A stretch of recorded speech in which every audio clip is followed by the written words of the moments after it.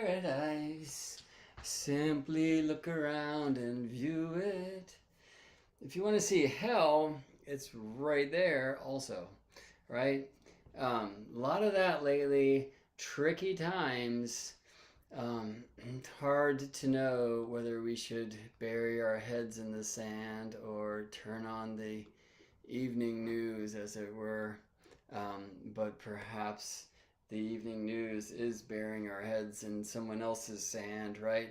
It's a tricky realm, and it's very resonant with a particular astronomical happening I want to speak about with you, something that aligned just this morning time, which is Moon with Venus. I'm going to show you an image of this, or actually a video. So this was this morning. I actually woke up and just ran to the window, so excited to see this Moon-Venus conjunction, and it was not happening because it was raining here. But fortunately, it cleared up just for a little bit, and Venus is so bright right now that she can be seen in broad daylight. That's Venus right in the middle of my circle here, and obviously this is the moon. So moon showed me where to look because I knew at this time that the skies cleared, moon and Venus were conjoined. Now, I mean, you'll see it's not an occultation, right? It's not like the moon passed right between us and Venus, and that has to do with what's called celestial latitude. We see planets in charts and their zodiac degrees. Let me shift this share and show you the moment of the Venus, the Moon-Venus conjunction here at the heart of the Lion Regulus. And, you know, it looks in a chart like they're just exactly on top of one another. Well, if we went and checked out their celestial latitudes, you'll see Moon at the time 4 degrees north of the ecliptic and Venus almost 2 degrees south of the ecliptic.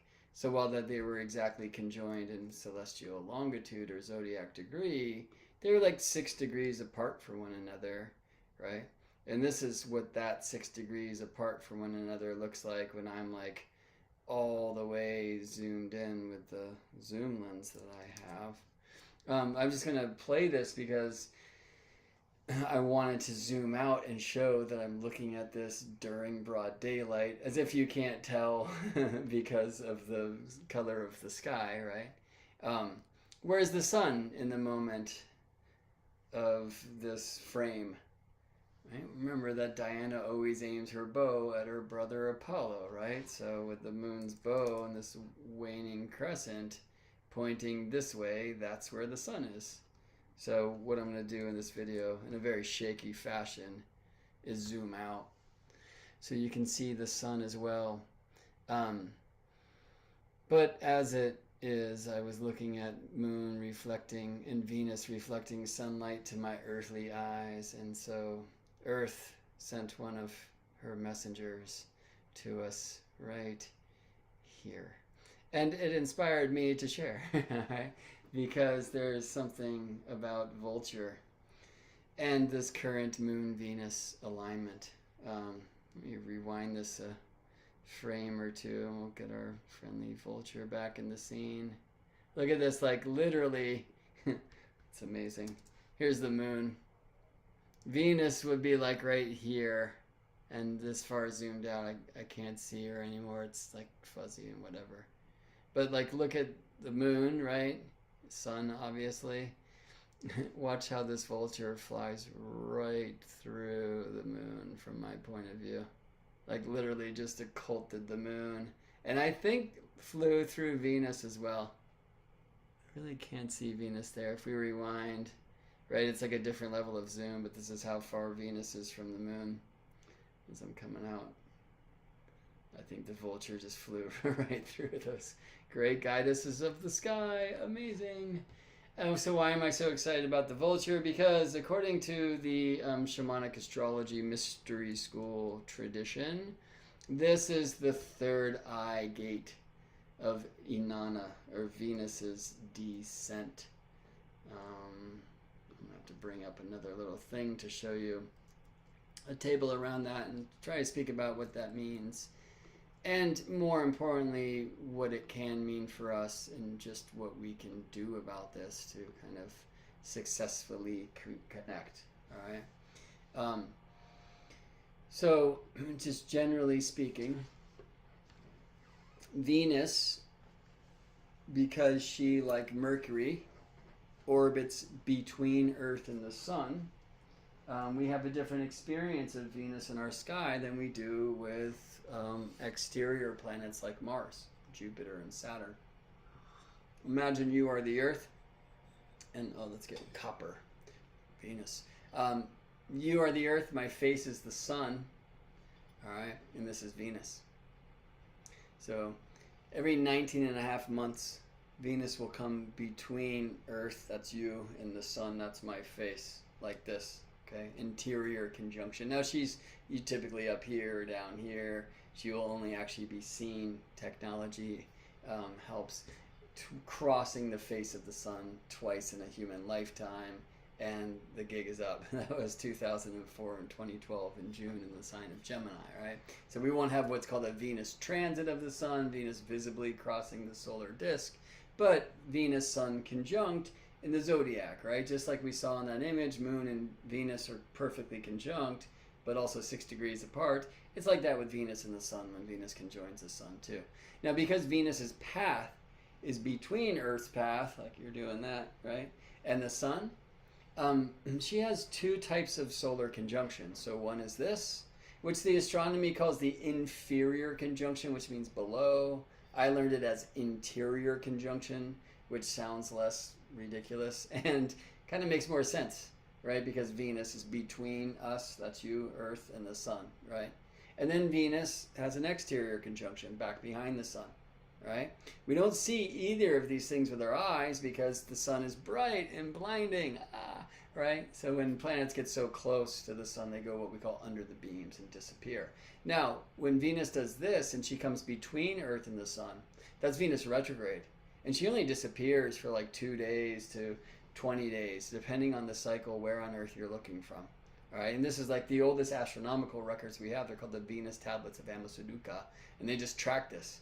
When did Venus disappear? When did Venus reappear? She disappeared as an evening star seen in the sky after sunset on the western horizon, and then she reappeared as a morning star. That's called Venus's heliacal rise. All right, but then later in the cycle, Venus disappears as a morning star. She goes back behind the Sun, and here she disappears for like 2 to 3 months, depending on the cycle, depending on where you're looking from on Earth, right? And then she reappears as an evening star, and does the whole thing again. All right, well, there's a lot between being reborn as a morning star and then disappearing as a morning star, and it's about 9 months of time. All right, so Venus retrograde from evening star under the beams of the Sun, passing Earth by, reborn as a morning star, and we see her there, and then sun rises and we don't, right? But Venus separates from the Sun from our point of view. She's going to circle the Sun like this, or ellipse the Sun as it were, right? And as Venus separates from the Sun, we can see that in our charts, then morning star Venus is rising earlier and earlier before sunrise. This is why morning star Venus is called Lucifer. It's called light bringer, right? Because there's this beaming, amazing Venus, and you're like, oh, and then the sun rises. And Venus disappears. Not today. Like, I was looking at Venus with my naked eye. I do this most days. And I was told it can't happen. It totally can. And if you just follow Venus from rising as a morning star before sunrise, you just watch her rise and just stay with her. The sun will rise and you can just be with Venus still. Don't look to the sun because then things get all like difficult, right? And it's hard to find Venus again, but if you just stay there.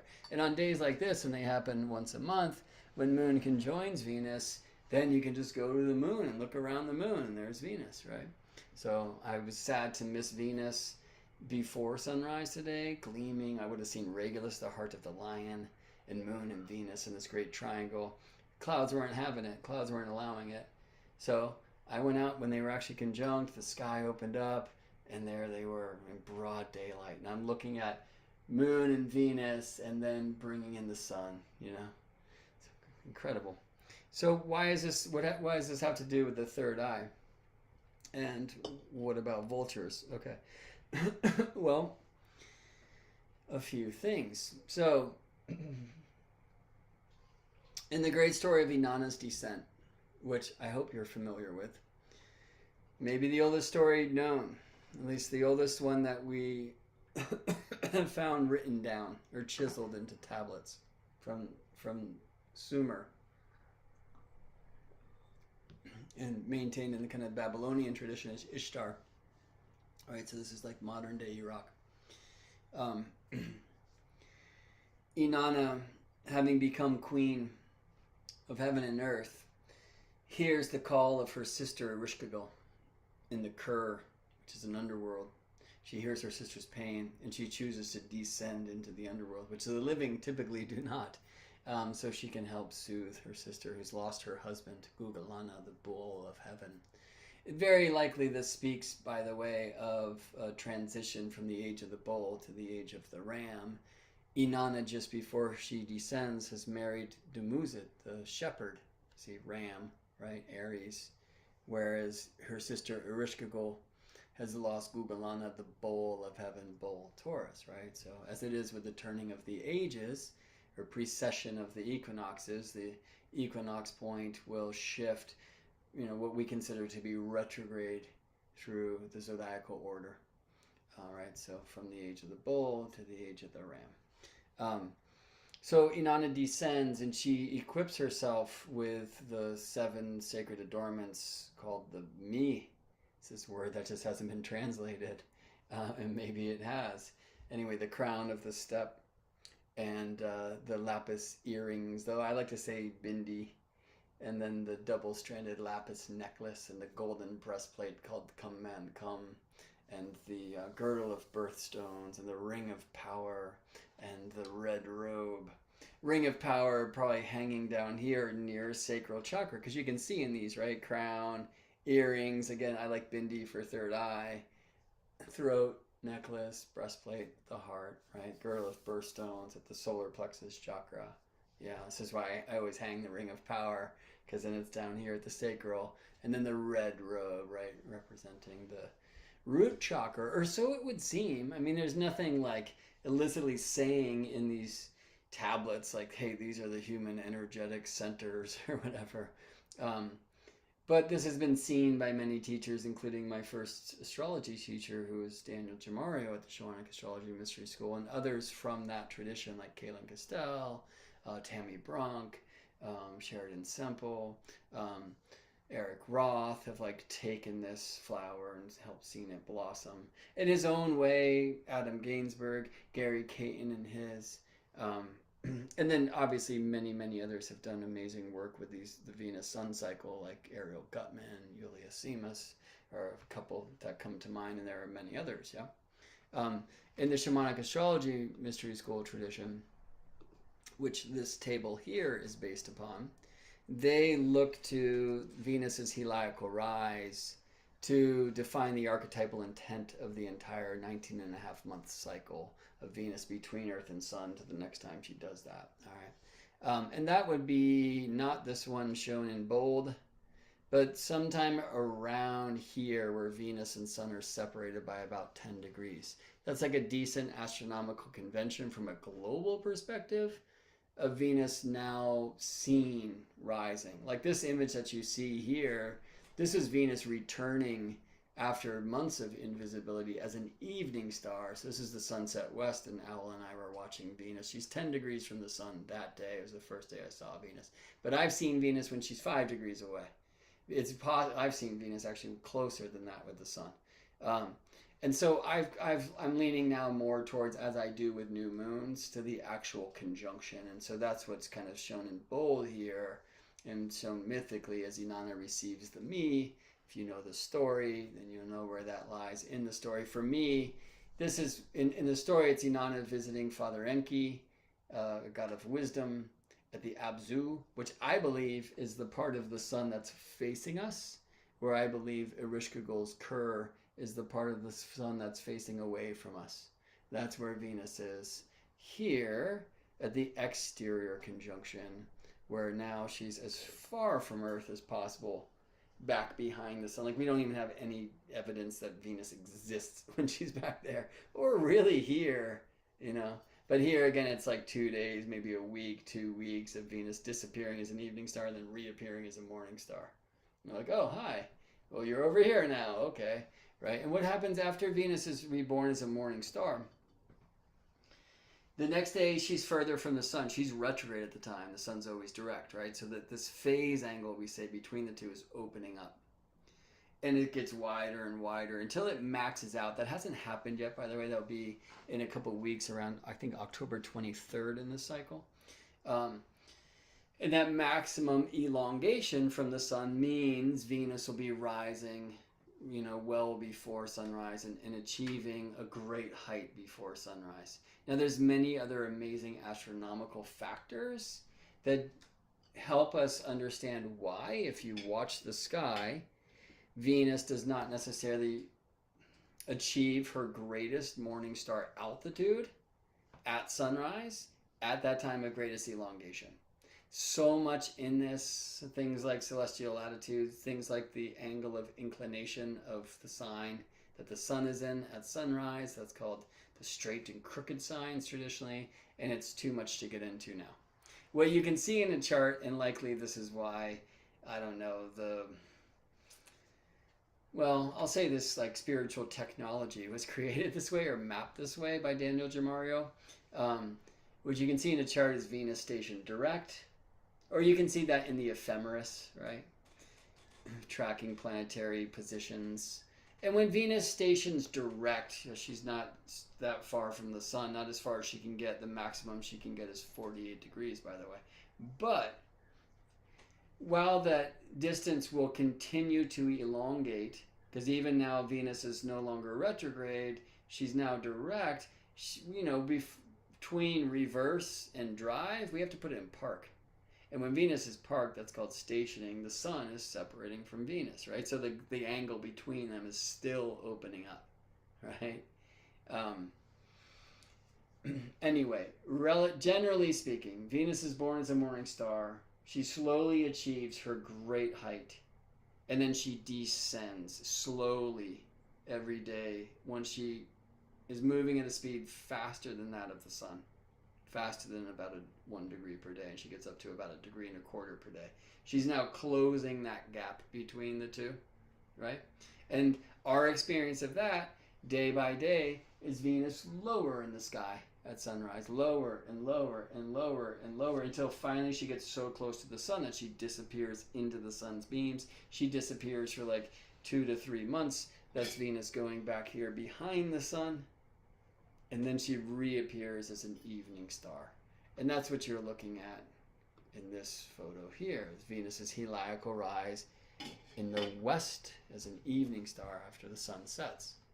And that's on this table here. This returns from the Kerr heliacal rise. This is using this 10-degree phase angle rule of Venus and sun separated by 10 degrees, which again, it's a good global rule, right?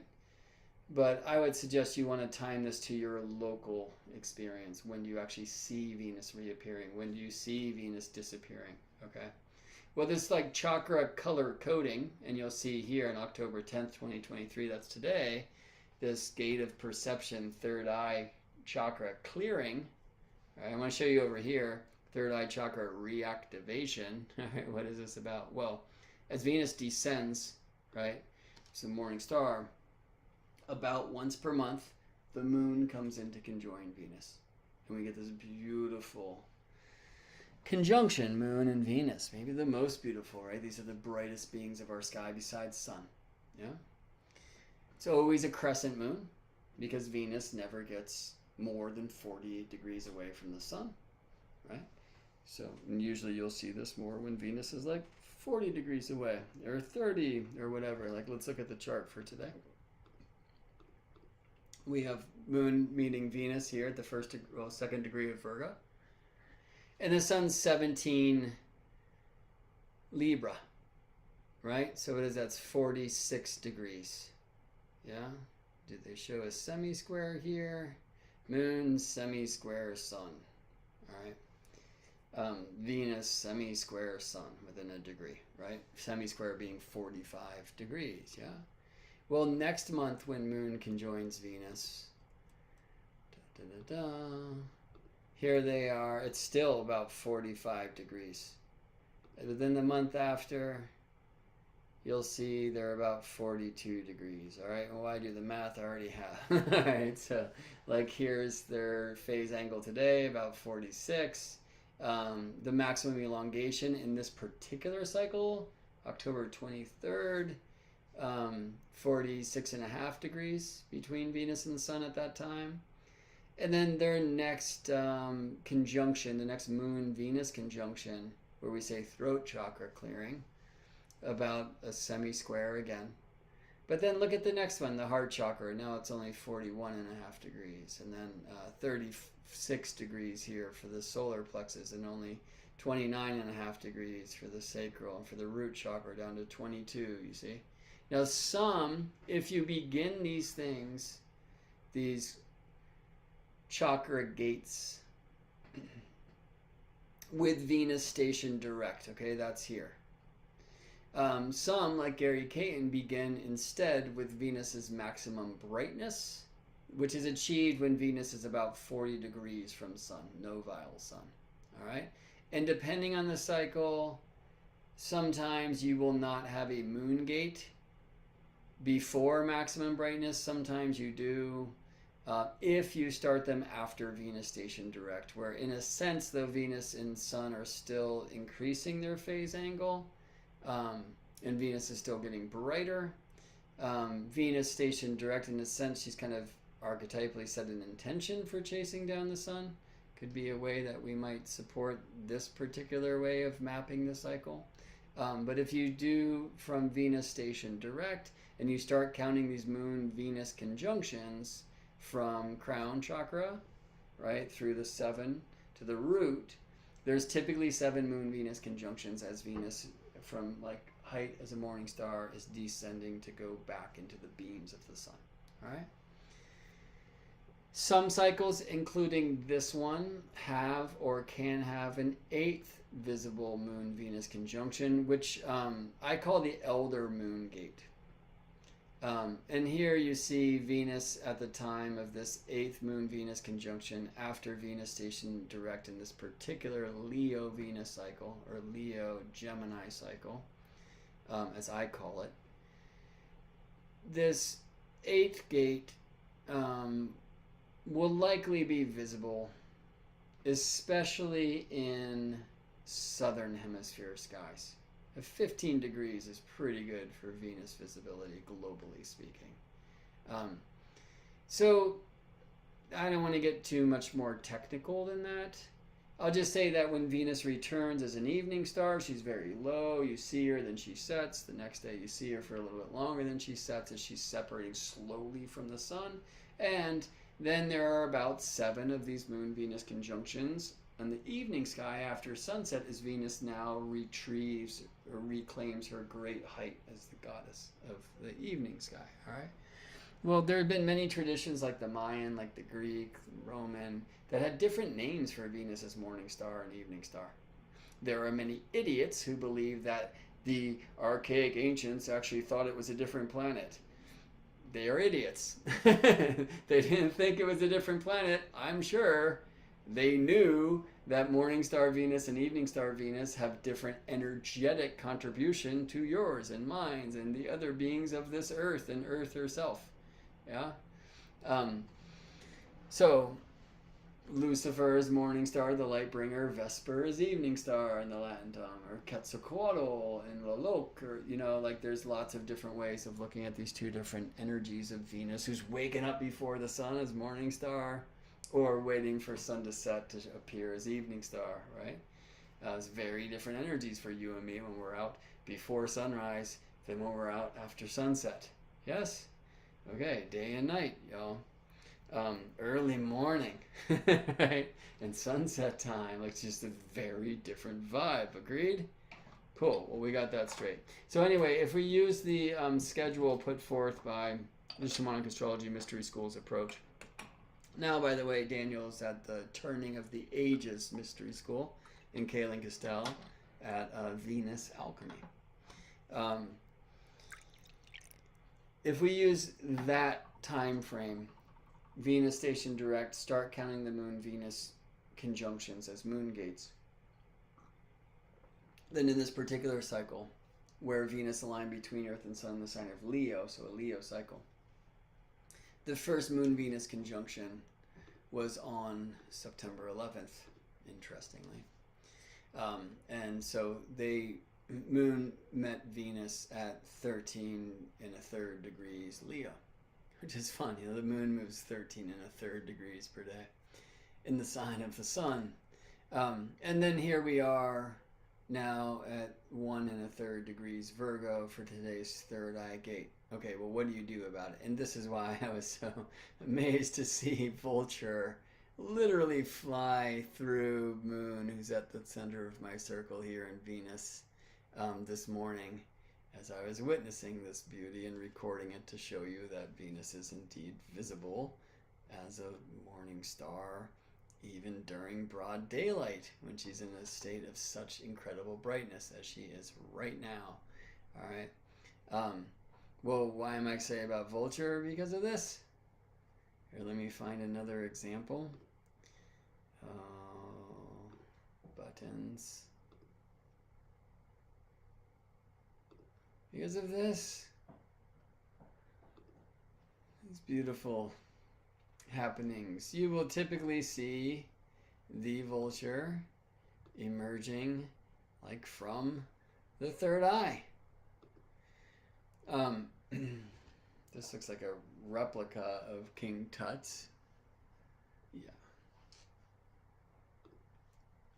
Oftentimes the Vulture crown was worn by the queen.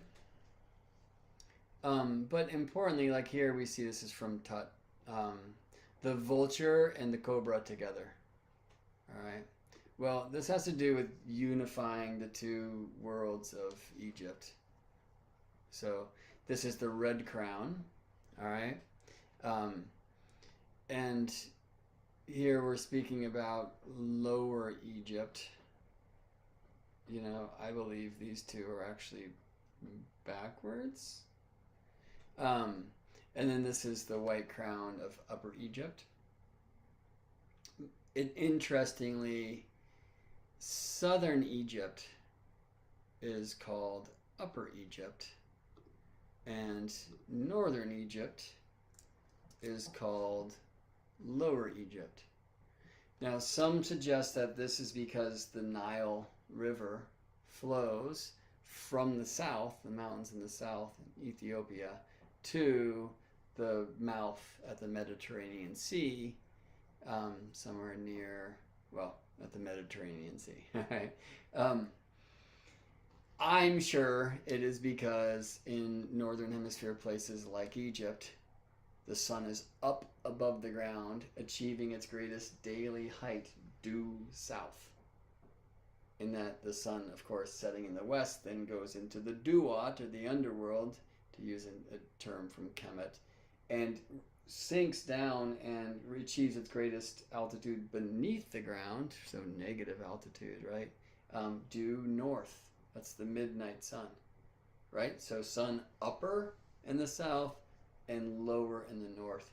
And I had seen before, and I'm really excited to go confirm this sometime, because that article at Wikipedia just stated the opposite.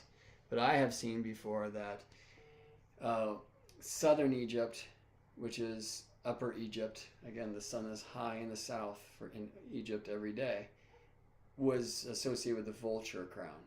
Vultures fly. And then Lower Egypt, Northern Egypt, because the sun is low beneath the ground in the north, is associated with Aeneas, with Cobra. Anyway, there are crowns that united the two kingdoms, upper and lower, and you see that here in Tut's headdress, for example. And typically, whether you're seeing the serpent, which of course lives on the ground, so north, right, lower, or the vulture, which of course flies above the ground, so south or upper, I believe, typically you will see them in the crowns coming out of this third eye place. So I was particularly excited to see that vulture. I instantly looked to the ground to see if any snakes were around, and there were not. I've only seen snakes here twice at our house before, um, and today was not one of those days. There was my cat, Chase, but he's not a snake. He's an angel. Um, is he a snake? They do have the same shaped eyes, cats and serpents, you know? I'm going to stick with angel for Chase. Love that guy. I love some snakes too. Anyway. Oh, wait. Snake. Pointing up. Cool. It's done.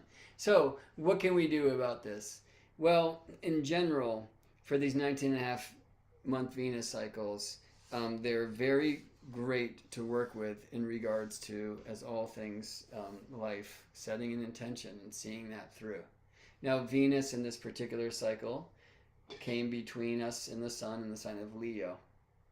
And she, in June of 2024, will go behind the sun in the sign of Gemini. This is why I call it a Leo-Gemini cycle. And for me, it's Leo intentions that will only come to fruition through Gemini initiations. That's Venus in the underworld. If you know the story of Inanna, she's literally killed and hung on meat hooks and then brought back to life. And then she returns, you see. So how can Gemini initiate Leo? Well, I'll speak to that as the time comes. I'd rather not anticipate that or write it into the story until I'm experiencing it so I don't miss out. But how can we set Leo intentions? Well, how about honor, radiance, royalty? We got this Tut mask up here for us to look at, or the vulture masks or headdress of the queen that we were seeing before, right? And I don't mean like nonsense royalty or, oh my gosh, the leaders that, the supposed leaders that we have today and their lies. But I mean like true radiant leadership, where is that in you? Where is that in me? How can we access that? How can we set our intentions to be that, to walk in a path of honor, right? Life, aliveness, creativity, art, living life as art. These are wonderful Leo, realities and realms. I'll say that when I was born into the same Venus cycle, the cycle was then a Virgo Gemini cycle. And this has to do with the slow retrogradation of the Venus star, and that's too long of a story for right now. But so every 8 years, Venus will perform a dance in the same sign. Right? So you might be born into the Scorpio cycle. You might be born into the Aries cycle. Right? Every 8 years, that's going to happen again. Right? And so if you're turning a multiple of 8 between August 23 and March 2025, like 8, 16, 24, 32, 40. I'll be turning 48 this October. Oh, that's now in a couple of weeks. Then you are currently in a Venus cycle return. All right. And you might want to pay particular attention and participate particularly powerfully. I sure am. I'm going through a lot as a result, and I'm meaningfully doing this because there's some things that really need to shift in my reality, and I'm asking Venus to help with this, yeah? So the way that we work this in this tradition is with Venus as the morning star descending. When the moon Venus meet, they start at the crown and then they move down, and now we've just moved down to the third eye, right? So I'm loving this vulture bit. And I might even ask this, like, what kind of calcification or distortions of my third eye center are keeping me from flying and keeping me from being radiant? Leo, right? Or since I was born into a Virgo cycle, there's something about purity. There's something about practice. Like I'm practicing saxophone all the time right now. It's part of my practice and part of like what I'm up to. But I've just come through a month of kind of working on clearing my crown chakra, and every morning when the clouds allow, I'm like with Venus, I'm showing her my crown And I'm just like, hey, there's this thing that I'm releasing from my world. There's this thing I'm ready to bring in, like once this is gone. And please help me with this. And thank you for seeing me. And, I'm here to see you and that, right? It's just was keeping me from like connecting my core, like right to the highest self. And now it's like, what is keeping me stuck in a distorted worldview? So I started with like, they say the ostrich, but should the vulture bury its head in the sand? Or should I watch the news?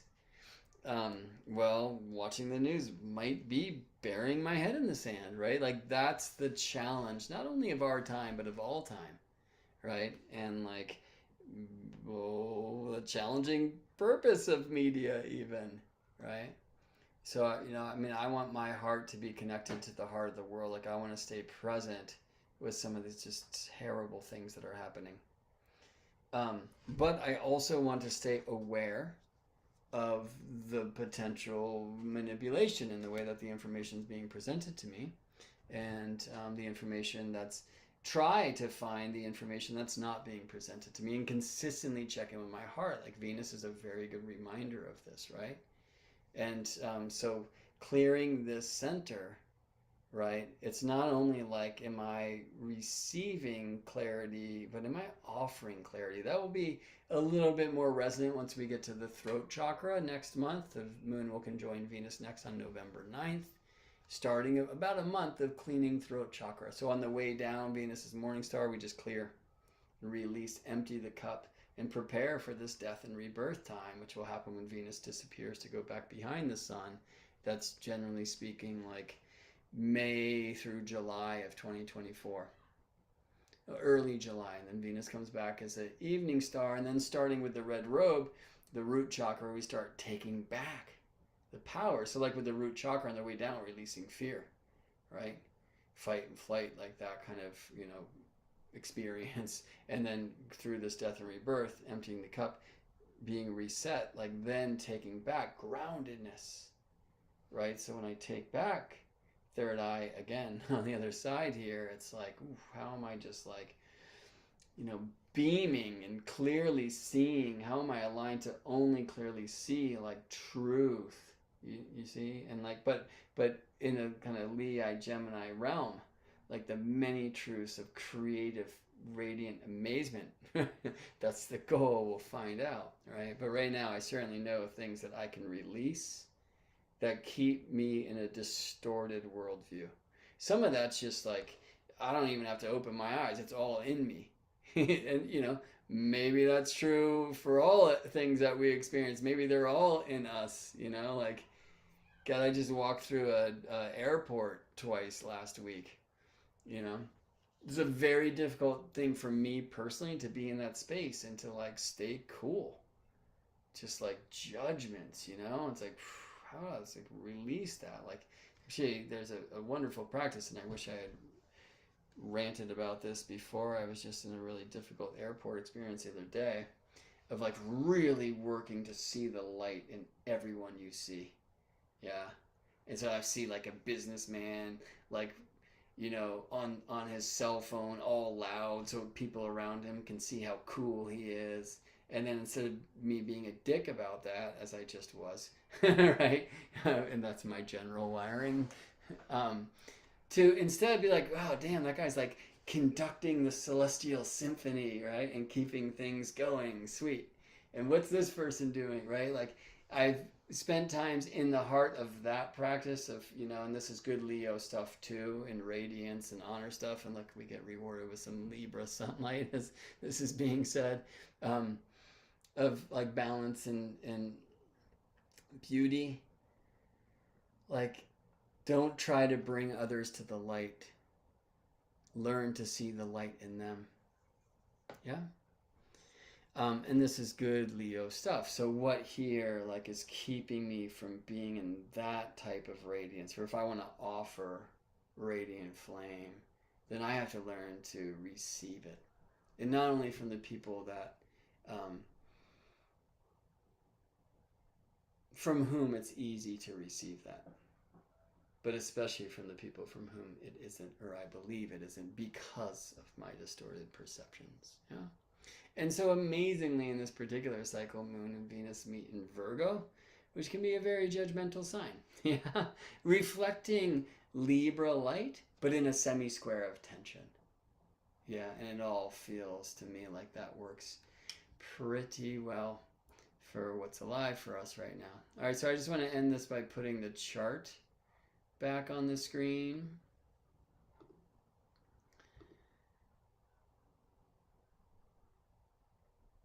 We really want to honor this trade asile between Moon, Venus in this conjunction, and Jupiter. Show that to you on this grid. It's very strong. 9 arc minutes away. It's from 108 degrees. That's a quintile and a half quintile. It's also between Mercury and Pluto at this time. While we have Sun by quintile Uranus, while we have Jupiter quintile Saturn. All right. Some of this midheaven IC stuff, that's going to be my local experience, so I'm not going to get lost there. I'd rather speak more globally to that effect. Let me turn this into a 0 Aries chart wheel, and we'll take the angles away.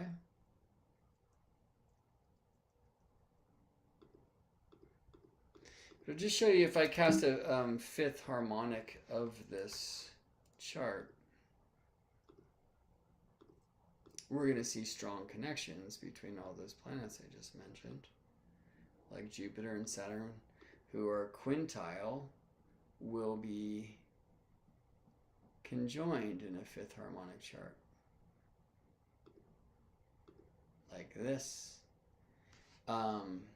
Mercury, Pluto in a quintile and a half a quintile will be opposite in a fifth harmonic chart, as will Venus and Jupiter in that trade asile. So it's a very strong fifth harmonic image. There's the Sun, Uranus. I think they were biquintile. They are Libra and Taurus. When we see things like sextiles in the fifth harmonic chart, well, that's part of the chart. Squares and whatnot. Now, this isn't meant to turn into a fifth harmonic class, but I will say that for me, this inspires more practice, Virgo, less judgment, Virgo, to achieve more of this like Libra devotion of balanced creativity as I align the imagination and the structure of the dream with the expression and expansion of embodiment. So I'm going to hit end here, and I'm going to play some saxophone. Oh, you know, I guess I'll play that little reminder for all of us again about the third eye, courtesy Willy Wonka, right?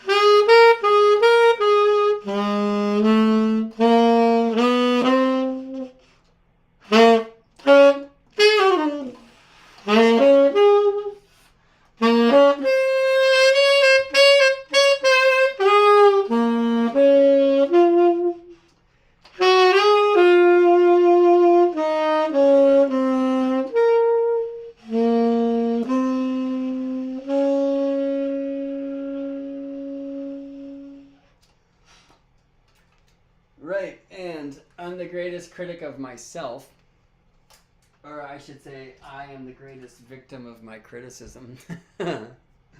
So how can I just like appreciate what I'm playing instead of making judgments about all those things. Vulture is flying right here out my window as I say this in the gray clouds. They're about to bring the rain again. Um, and vultures flying high, right, looking for something low. Um, yeah, it's amazing. Like, you know, I've been practicing horn. Like, there's things that I've been practicing that are helping me learn about like harmonics. By the way, that really will help my tone on some of those high notes where they're my opinion, cringy. Right?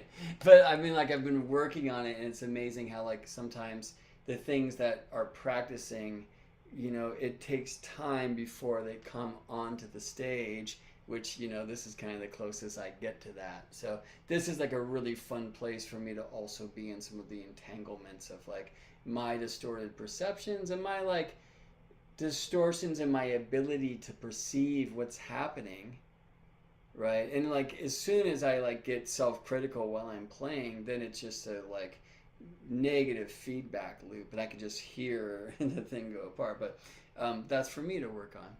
I want to leave with like a few of the beautiful reminders from Willy Wonka in that song. If you want to view paradise, simply look around and view it.